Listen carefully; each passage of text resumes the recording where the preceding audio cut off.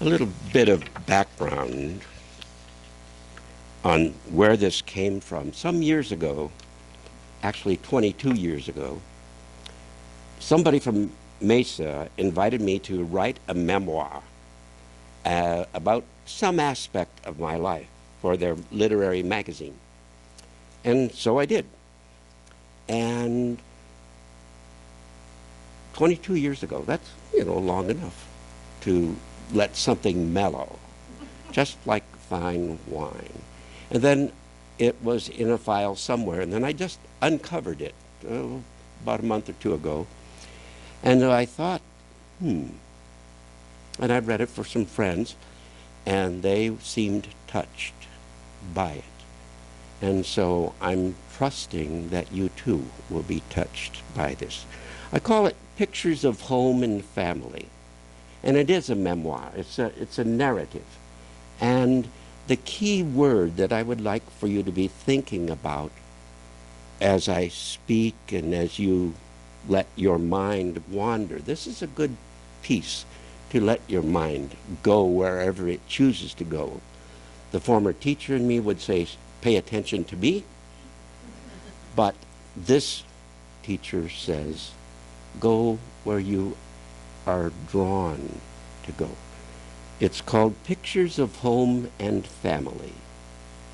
And so the word home, like swing low, sweet chariot, coming for to carry me home.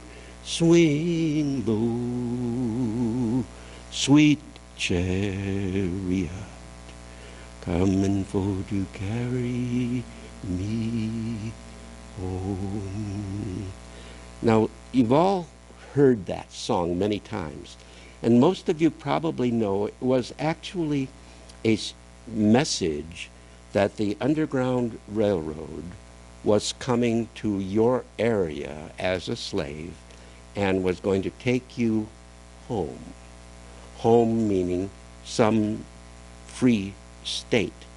And so it was a message. So listen to the message that's here in Pictures of Home and Family. Allow me to take you home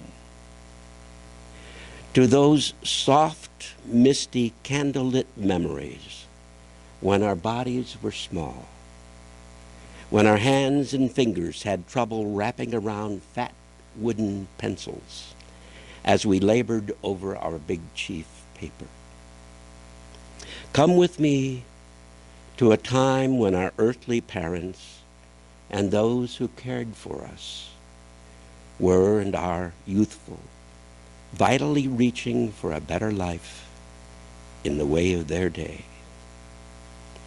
Let this now moment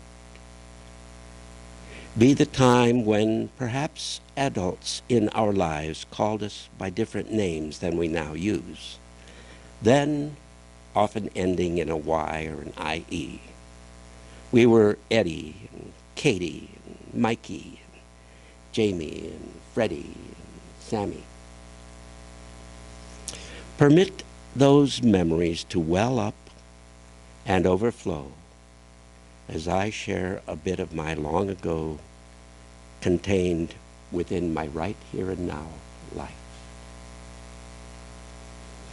Every summer, we'd load the old Studebaker, putting suitcases and Mom's fried chicken picnic in the back.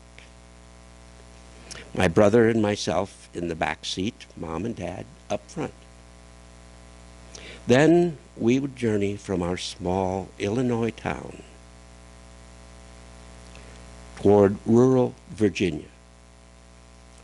Along about Indiana, Dad, who wasn't a singer, just couldn't contain his joy any longer. He'd toss his head back and begin to sing as we rolled along. We were heading home. His idea of home was Clifton.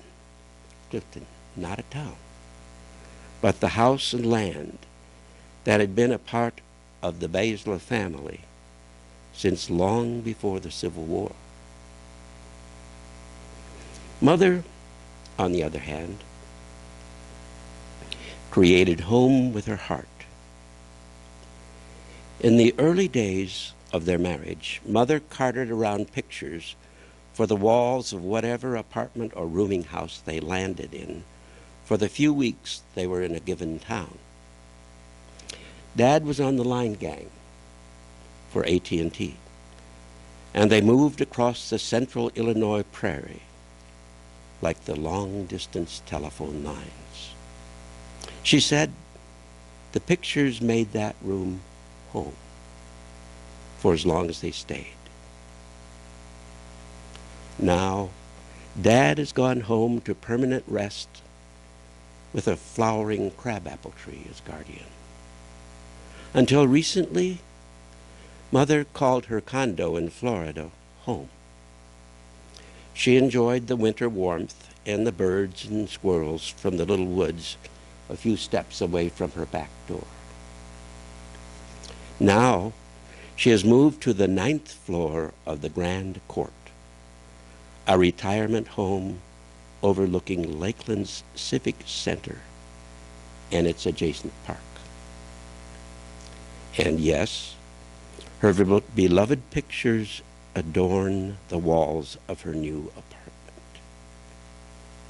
Florida is home because there she has family. Family is Dr. John, a favorite nephew that she cared for shortly after his birth. These days, Johnny takes care of her, and she loves being part of his family. For her, home is still where the heart is. For me, home has become multi-layered. Heading home usually means my little Park Road hillside home of 34 years. A home made of adobe with Colorado's Grand Valley vistas and leftover feelings from many joyous gatherings over the years. But my true home is not my boyhood Illinois, nor Virginia, or even my beloved Grand Valley. I suspect my true home is somewhere beyond the stars in another realm.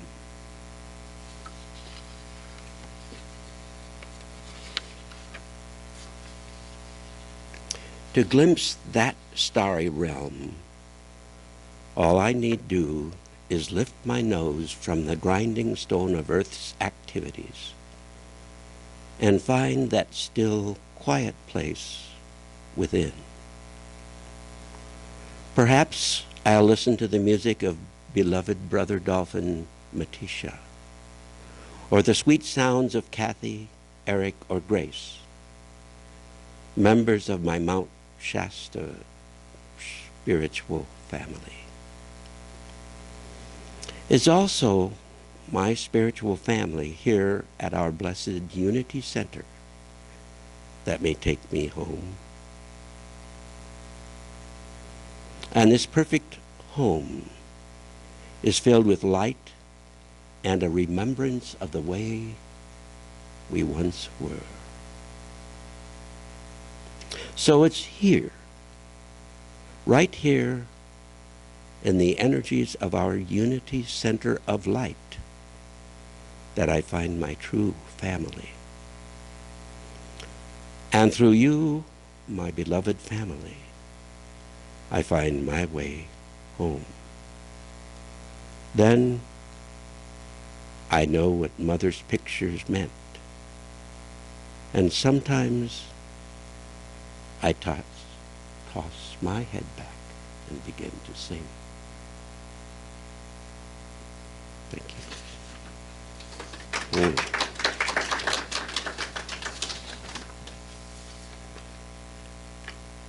And so Deb is going to continue with echoes of home and family.